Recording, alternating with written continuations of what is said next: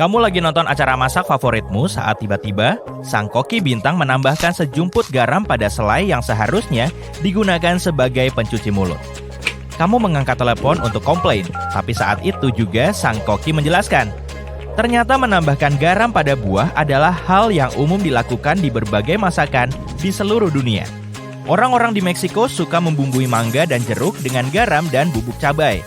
Kamu bisa mencoba mangga dengan rasa udang di Filipina dan semangka asin di negara-negara bagian selatan Amerika. Jadi, bagaimana cara kerjanya? Katakanlah kamu makan mangga mentah yang ditaburi garam. Pada gigitan pertama, kamu akan merasakan rasa asin dan rasa buah yang manis seolah akan tertunda karena itu. Tapi, rasanya tetap juicy dan enak seperti biasanya. Hal ini kemungkinan besar terjadi karena garam memengaruhi reseptor rasa manis untuk gula, dan kemudian keajaiban terjadi pada tingkat molekuler. Sebuah penelitian bahkan menemukan bahwa kita memiliki lebih banyak detektor gula dalam sel pengecap kita daripada yang diperkirakan para ilmuwan sebelumnya. Salah satu detektor tersebut harus mengarahkan gula ke sel perasa manis ketika bersentuhan dengan garam. Kamu bisa coba menaruh garam pada buah apapun yang kamu suka, tapi efeknya akan berbeda. Garam dapat membuat buah yang manis seperti ceri dan stroberi menjadi lebih manis dan menyeimbangkan rasa jeruk bali, nanas, dan semangka. Ambil saja buah yang sudah matang dan iris seperti biasa, lalu taburi dengan garam. Garam laut yang berbutir besar mungkin akan terasa lebih kuat dan juga terlihat lebih cantik. Dalam 10 menit, hidangan penutup gourmetmu pun siap. Oke, kamu perlu mengiris banyak selada, tapi bagian tengahnya yang keras itu nggak mau lepas. Pegang saja selada dengan bagian tengahnya menghadap ke bawah dan hantamkan ke telanan atau permukaan padat lainnya. Jangan ke adikmu ya. Sekarang kamu seharusnya bisa menarik inti selada dari bagian bawah dan iris sisa selada tanpa masalah. Kalau suatu waktu kamu mengeluarkan mentega dari lemari es dan kesulitan mengoleskannya, karena mentega itu keras seperti batu, ambil aja parutan. Dengan bantuan alat ini, kamu akan mudah menghasilkan potongan-potongan kecil mentega yang akan meleleh seketika di atas roti panggang hangat. Kamu juga bisa mengoleskannya dengan lebih mudah di atas roti dingin tanpa harus memasukkan roti ke microwave atau menunggu sampai mentega jadi lembut. Para pembuat roti profesional setuju dengan tips ini dan sudah menggunakannya sejak lama. Kalau mau menggoreng sesuatu, kamu pasti memanaskan wajan terlebih dahulu, lalu menaruh makanan di atasnya kan? Nah, logika ini tidak akan berhasil kalau kamu mau membuat daging asap renyah. Di atas wajan yang panas, daging akan matang sebelum lemaknya meleleh. Daging asap pun akan jadi terlalu berlemak dan kenyal. Jadi, kamu harus meletakkan potongan daging di atas wajan dingin, lalu menyalakan kompor dengan api sedang kecil. Lemak akan meleleh dari daging, dan hasil akhirnya akan sangat lezat dan renyah. Pernah coba merebus pasta pakai wajan? Kedengarannya agak aneh, tapi sebenarnya cara ini bisa membantumu menghemat banyak waktu, air, dan energi. Daripada mengisi panci besar dengan air dan nunggu sampai mendidih, coba taruh pasta di wajan dan tuang air dingin, lalu tambahkan sedikit garam. Pastamu juga akan termasak saat air mencapai titik didih. Jadi, pasta akan matang lebih cepat dari biasanya. Air yang tersisa di wajan juga bisa jadi bahan dasar yang sangat baik untuk membuat saus karena mengandung pati. Campurkan dengan pesto, saus tomat, dan mentega bawang putih. Rasanya seperti keluar dari restoran gourmet. Rahasia memasak kentang tumbuk yang paling lezat dan lembut adalah dengan mengeringkannya sebelum menumbuknya.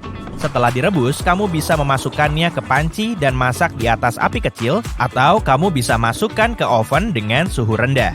Kemudian, tambahkan mentega cair yang akan melapisi pati di dalam kentang, dan baru kemudian tambahkan susu secara perlahan. Sekarang, kentang tumbukmu akan memiliki struktur dan rasa terbaik. Kalau kamu sering nangis karena ngiris bawang bombay, cara yang satu ini wajib kamu coba. Kupas bawang, potong menjadi 2, dan masukkan ke kulkas dalam semangkuk air es selama setengah jam sebelum kamu mulai memasak. Alasan air matamu keluar waktu ngiris bawang adalah belerang yang diserap bawang dari tanah saat tumbuh. Waktu kamu iris, sel-sel bawang rusak, lalu asamnya bersatu dengan enzim yang memulai sejumlah reaksi dan melepaskan bahan kimia yang membuat matamu berair. Membekukan bawang bisa melemahkan bahan kimia tersebut. Untuk lebih meminimalkan efeknya lagi, gunakan pisau yang tajam untuk mengiris bawang. Dengan cara ini, kamu akan mengurangi kerusakan pada sel-selnya.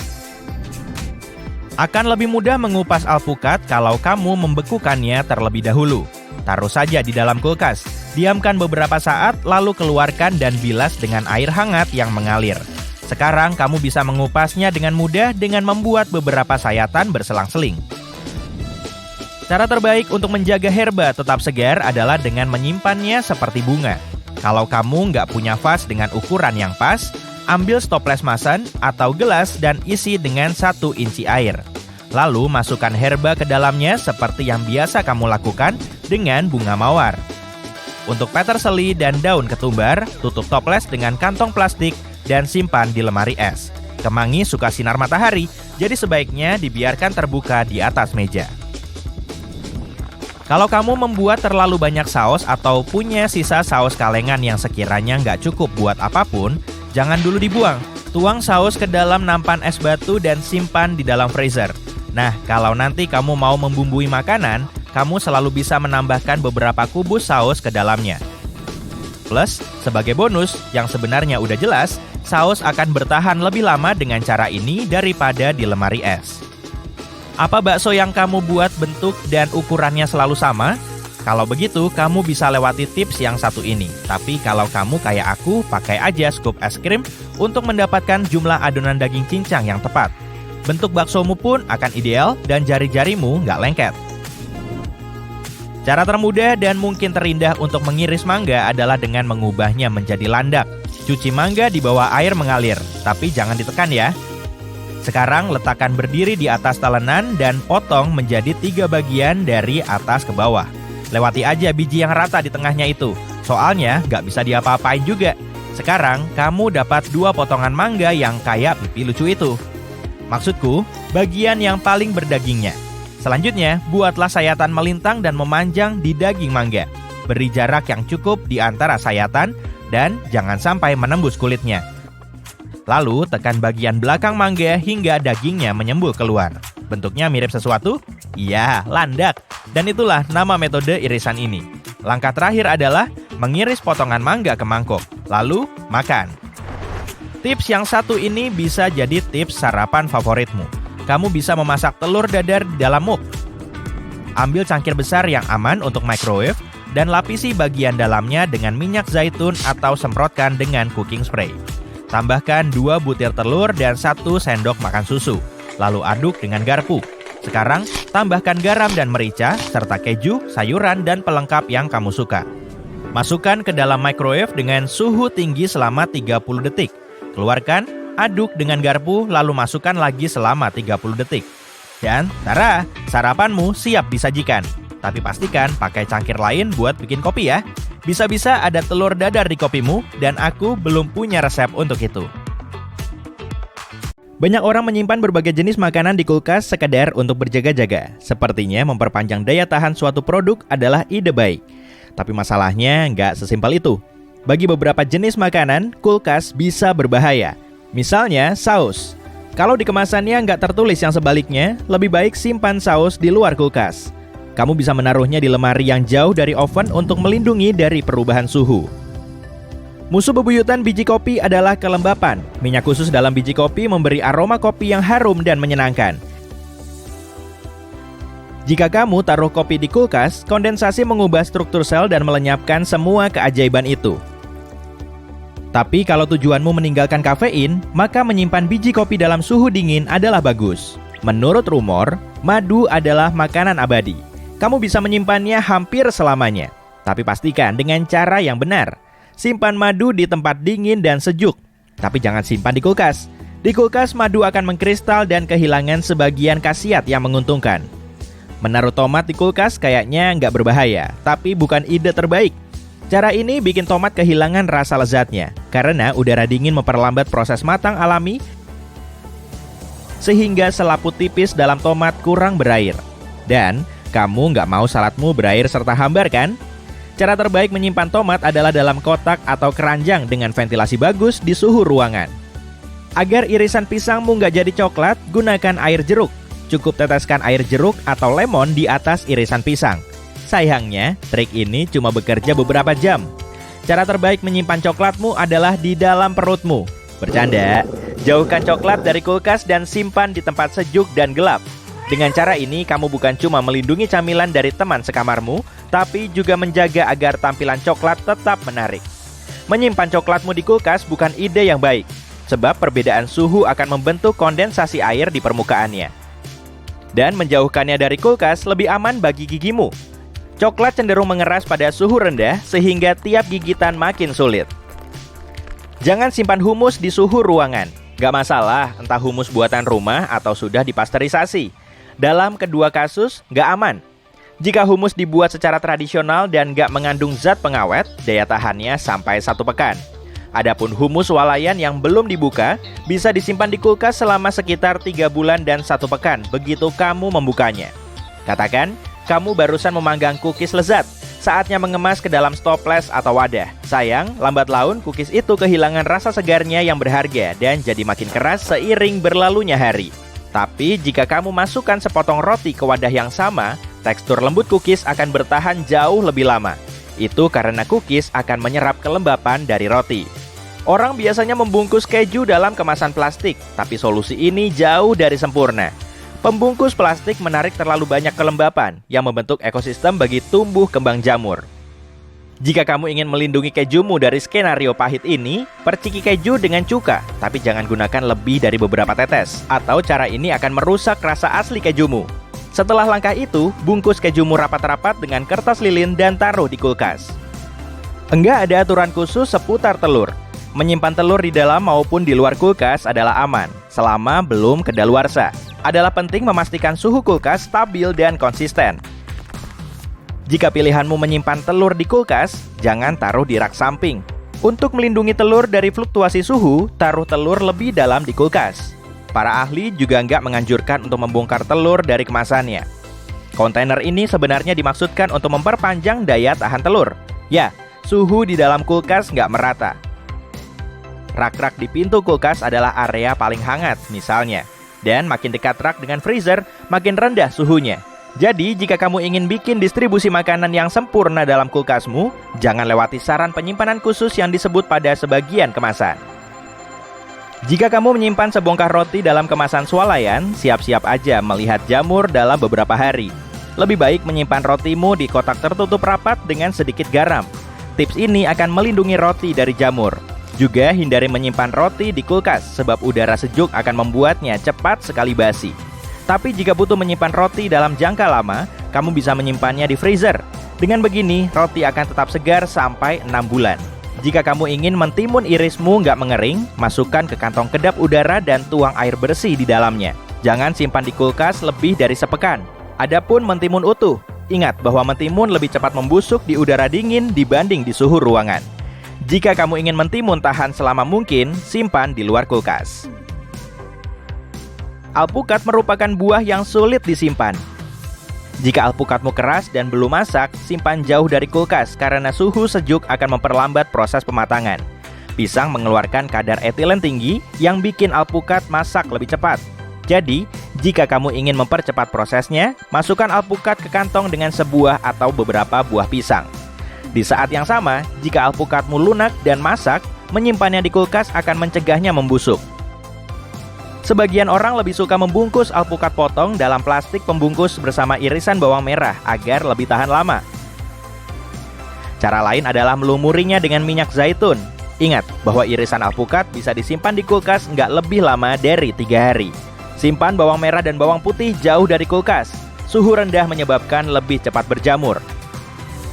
Jika kamu ingin menjaga kesegarannya dalam jangka lama, simpan di tempat sejuk yang kering. Misalnya di lemari dapur. Jika kamu nggak keberatan gaya rumah pedesaan di dapurmu, ikat bawang merah satu sama lain dan gantungkan. Hindari menyimpan jeruk di kulkas. Sayang, suhu rendah membuat buah-buahan ini kurang lezat dan bermanfaat bagi kesehatanmu. Kamu bisa menyimpannya di keranjang buah, di rak, atau di meja dapur. Jangan khawatir, cara ini nggak mempercepat pembusukan. Kayak banyak sayuran lain, terong nggak cocok dengan suhu rendah. Di kulkas, terong menjadi lunak dan jauh lebih cepat kehilangan kualitas baiknya.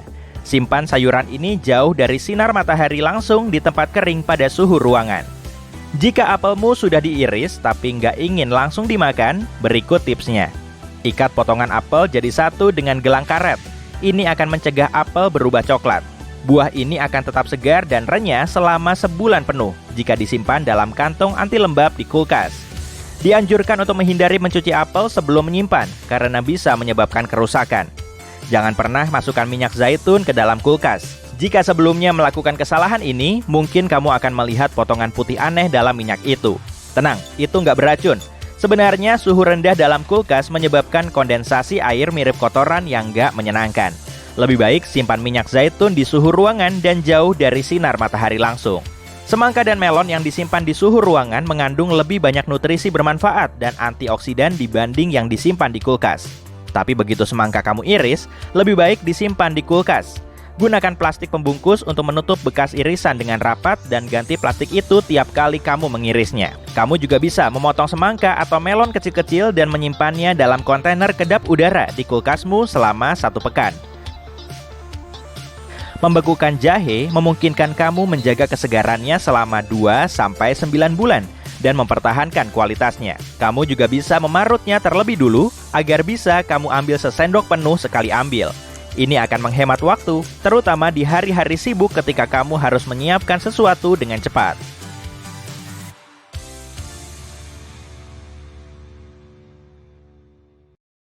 Pernah kepikiran makan pisang ditambah mayones? Atau mencocol acar ke selai kacang? Kombinasi makanan ini memang kayaknya aneh ya. Tapi kamu penasaran nggak? Gimana rasanya? Jangan ragu mencoba. Siapa tahu Oreo dengan mustard bakalan jadi camilan favoritmu. Yuk lanjut, jangan kabur dulu ya. Tomat dan selai kacang. Taruh beberapa irisan tomat ke selembar roti dan oleskan selai kacang sebagai sausnya. Atau oleskan saja selai kacang tebal-tebal ke irisan tomat. Kombinasi rasa ini ternyata sangat populer di kalangan pecinta kuliner. Nutella dan kentang goreng. Garam punya sifat meningkatkan cita rasa. Oleh karena itu, kalau kamu mencocolkan kentang goreng ke Nutella, selai hazelnut yang terkenal ini bakal terasa lebih manis dan lebih enak. Ada cara lain supaya kentang gorengmu makin enak. Iya, coba pasangkan dengan susu coklat sebagai minumannya. Pisang dan daging asap. Daging asap yang asin dan renyah dengan pisang manis kaya karbohidrat menjadi paduan makanan yang sempurna. Taruh keduanya di selembar roti, tambahkan selai kacang, dan tara! Sandwich sempurnamu siap disantap! Acar dan es krim. Kombinasi yang satu ini mungkin memang gak sesuai selera semua orang, tapi ada kok pecinta kuliner yang menganggap campuran asin, manis, asam, dan creamy ini bikin ketagihan. Keju cheddar dan pie apple. Orang-orang sudah sering memberikan suguhan berupa irisan keju dan apel segar. Dan karena bahan ini sangat cocok dipadukan, apa salahnya kalau kita melangkah lebih jauh? Kabarnya, ide menambahkan keju cheddar ke pie apple pertama kali muncul di Inggris. Setelah itu, resep ini menyebar ke seluruh dunia. Kentang goreng dan madu. Kalau kamu mau mengubah pengalaman makan kentang goreng menjadi pengalaman unik dan lebih menarik, madu bisa membantumu loh. Rasa manisnya akan melengkapi rasa asin makanan cepat saji ini. Nggak heran kalau beberapa restoran punya pilihan madu di antara opsi saus lainnya. Pisang dan mayones. Aku bukan menyarankanmu menuang mayones banyak-banyak ke pisang yang sudah dikupas, lalu memakannya ya. Sebaiknya, cobalah buat roti lapis berisi irisan pisang dan tuang sedikit mayo sebagai lapisan atasnya. Kejutan super enak siap menantimu. Coklat dan keripik kentang. Kombinasi rasa asin manis ini luar biasa. Bahkan, keripik kentang saus coklat sudah banyak peminatnya. Banyak merek keripik kentang menambahkan campuran rasa ini ke barisan produk mereka. Burger dan selai. Di zaman sekarang, kamu bisa memesan kombinasi ini di sebagian besar restoran. Dan tenang aja, tak akan ada orang yang menganggapmu aneh. Mungkin ada ya beberapa. Makin banyak orang yang memilih opsi ini dibanding burger dengan saus tomat biasa. Popcorn dan susu. Ada beberapa orang kreatif yang mengganti sereal sarapan mereka dengan popcorn. Mereka menambahkan susu dan mengklaim hidangan ini sama enaknya dibanding sereal biasa yang sudah dikenal banyak orang. Berani coba? Coklat putih dan telur salmon. Banyak yang bilang kombinasi makanan unik ini dibuat oleh koki terkenal. Dia takjub karena telur salmon yang asin bisa melembutkan manisnya coklat putih. Kalau kamu termasuk penggemar rasa asin manis, kamu pasti doyan deh. Selai kacang dan acar. Kalau kamu kurang tertarik mencocol acar ke selai kacang yang keras, cobalah gabungkan kedua bahan ini jadi sandwich. Dengan kombinasi ini, rasa cuka dari acar akan melarutkan rasa lengket selai kacang. Semangka dan garam. Kamu-kamu yang belum pernah mencoba kombinasi rasa ini pasti mengira bahwa garam malah menghilangkan rasa manis semangka. Tapi kenyataannya justru sebaliknya loh. Sejumput garam malah akan meningkatkan rasa semangka. Mangga dan cabai. Kalau kamu doyan makanan pedas, kombinasi ini mungkin menarik minatmu. Kamu bisa menaburkan cabai bubuk ke irisan mangga dan nikmati rasa pedasnya. Selai kacang dan daging asap. Ingat kombinasi pisang dan daging asap tadi? Sekarang waktunya mengganti si pisang dengan selai kacang. Kelembutan selai kacang akan menyeimbangkan kerenyahan daging asap. Hati-hati ya, kamu bisa langsung ketagihan. Es krim dan saus sambal. Cara paling efektif untuk memadamkan rasa makanan pedas di mulut adalah dengan minum susu. Jadi apa salahnya kalau mencoba yang satu ini? Tuang saus sambal ke es krim vanila dan puaskan jiwa petualangmu. Coklat dan alpukat. Kali ini bukan cuma menambah coklat dan alpukat ke roti panggang, kamu juga bisa membuat susu kocok alpukat dan coklat yang enak. Tekstur kental alpukat akan melengkapi rasa coklat dengan sempurna. Ada yang pernah coba di restoran? Burger dan selai kacang. Burger dengan selai buah termasuk kombinasi manis bertemu asin. Tapi burger dengan selai kacang adalah kombinasi asin bertemu lebih banyak asin. Tapi jangan cuma oleskan selai kacangmu ke burger ya. Kamu harus mengoleskannya juga saat memanggang patty-nya. Dan burgermu pasti lebih juicy. Oreo dan mustard. Mereka yang pernah mencicipi kombinasi ini menjamin rasanya benar-benar cocok. Buang atau jilat habis krim biskuit Oreo, lalu ganti dengan mustard Jerman. Aku jamin kamu nggak bakal nyesel. Selai kacang dan mayones. Meski kombinasi keduanya di dalam satu sandwich mungkin tak pernah kamu bayangkan, sejarah kedua bahan ini sangat panjang. Orang-orang mulai mencampurkan selai kacang yang kaya protein dan mayo yang kaya lemak saat masa-masa sulit. Tapi kemudian, perpaduan ini terus bertahan begitu orang-orang menyadari rasanya ternyata enak.